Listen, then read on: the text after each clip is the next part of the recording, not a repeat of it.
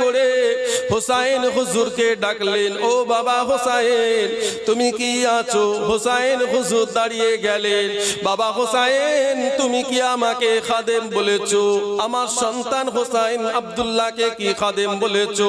হযরতে হোসাইন বলেছিলেন, ও হযরতে ওমরে ফারুক আপনি আমার মাথায় হাত রেখে বলেন, আপনি কি আমার নানাজান বিশ্ব নবীর খাদেম নন? ও ওমরে ফারুক আপনি আমার মাথায় হাত রেখে বলেন, এই দুনিয়ায় কি আপনি আমার নানাজানের খাদেম ছিলেন না? দাঁড়িয়ে দাঁড়িয়ে কাঁদছেন হযরতে ওমরে ফারুক, দাঁড়িয়ে দাঁড়িয়ে কাঁদছেন। এই কথাটা তুমি আমাকে লিখে দেবে? ওমরে ফারুক বলছে, কাজ হয়ে গেছে, আমাকে লিখে দেবে?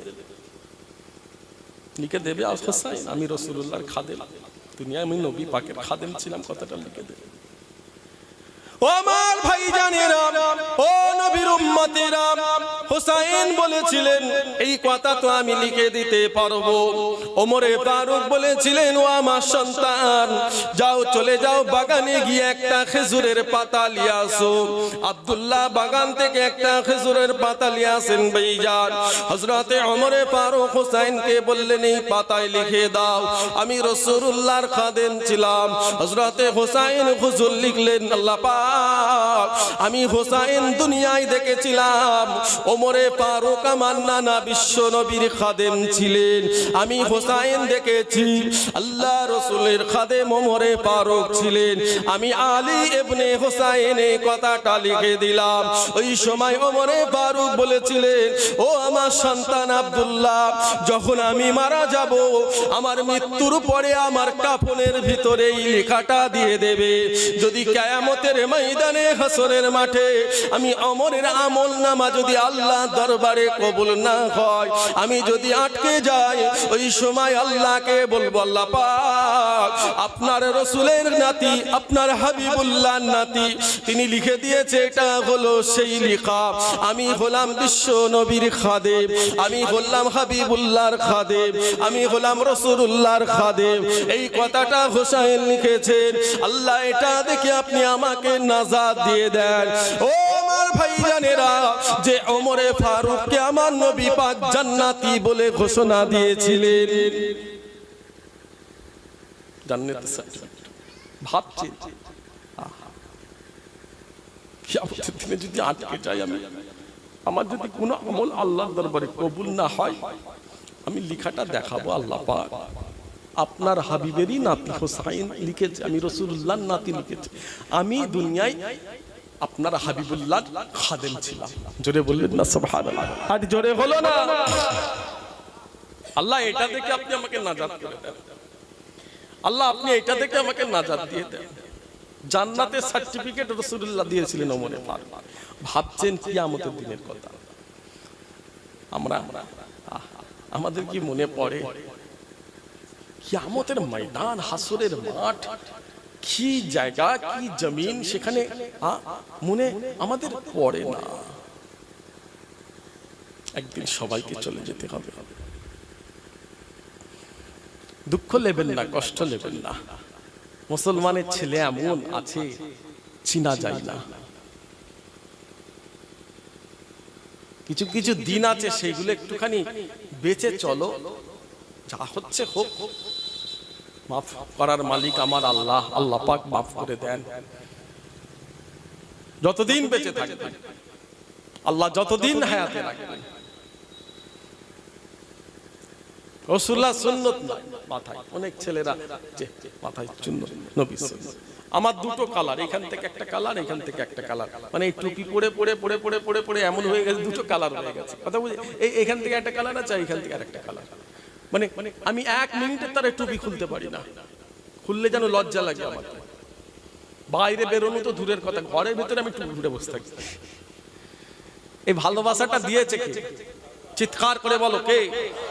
চাচাগুলো বসে আছে, বলবে চাচা মোটরসাইকেলের পিছনে বসো আর চলো বাজারে যাব, মিনা খাই যাব, টুপি পরা যাবে না চাচা, খুলতে পারবে?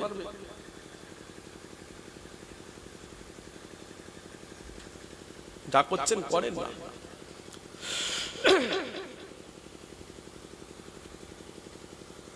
রোজার মাস, মুসলমানের ছেলে রোজা রাখে না।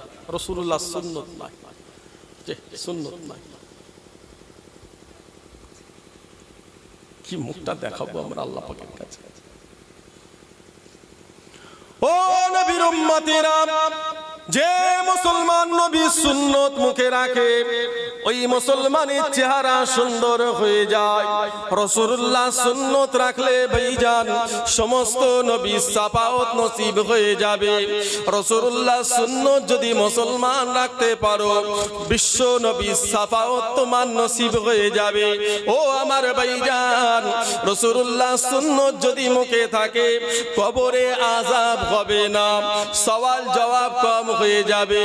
রাসূলুল্লাহ সুন্নত যদি রাখো, মানুষ তোমাকে সম্মান করবে, মানুষ তোমাকে ভালোবাসবে, মানুষ তোমাকে বিশ্বাস করবে।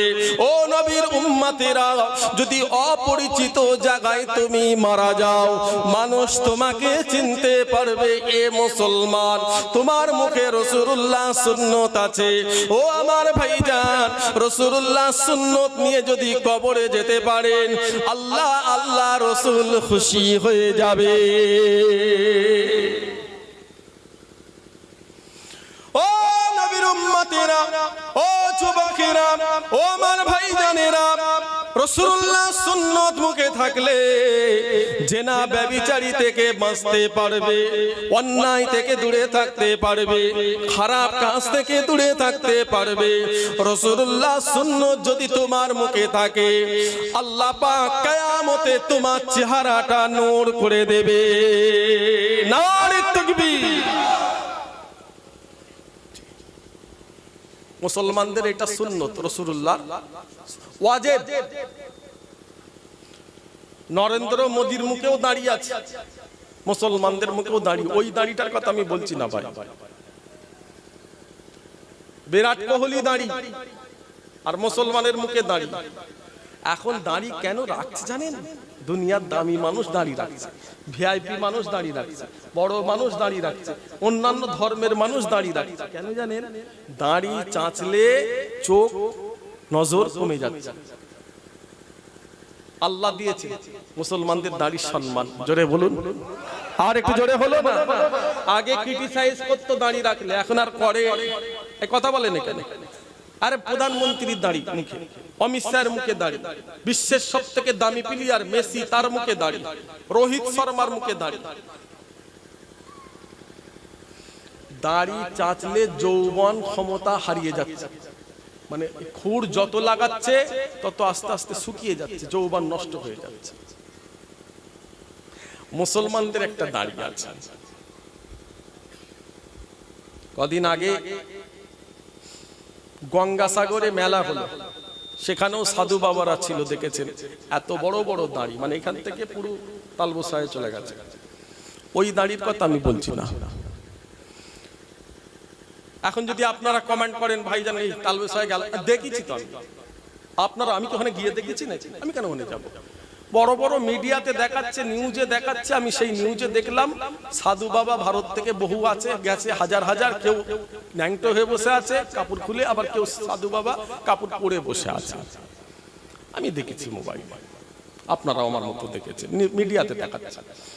আবার দেখলাম অনেক সাধু বাবার ওই তালবসায় আবার ঘন্টা লাগিয়ে দিয়েছে, আবার বালা চুড়ি লাগিয়ে দিয়েছে, বসে আছে, মিডিয়াতে দেখাচ্ছে, আমিও দেখছি, আপনারাও দেখছেন, দুনিয়া দেখছে। ওই দাড়ির কথা আমি বলছি না, মুসলমানদের দাড়ি রাসূলের সুন্নত। বললেন না সুবহানাল্লাহ? রাসূলুল্লাহ সুন্নত, মুসলমানদের এটা দাড়ি। সৌন্দর্য সব জিনিসের আছে, এই দাড়িরও সৌন্দর্য আছে। জোরে বললেন না? আর একটু জোরে হলো না? কদিনের দুনিয়া, কদিন থাকবেন? বাঁচতে যদি হয় সিংহর মতো বাঁচেন, বিড়ালের মতো বেঁচে লাভ কি আছে? দেখেছো ফিলিস্তিনে জানের পরোয়া নাই, ঘর বাড়ি সম্পত্তির পরোয়া নাই, জান লাগবে আল্লাহর ঘরের জন্য দিয়ে দিয়েছে, সিংহর মতো জান দিয়েছে। কদিন আগে একটা বড় আলেম তাকে জেলেতেই তিনি মৃত্যুবরণ করলেন, বাংলাদেশের একটা বড় আলেম দিলওয়ার হোসেন সাইদি সাহেব।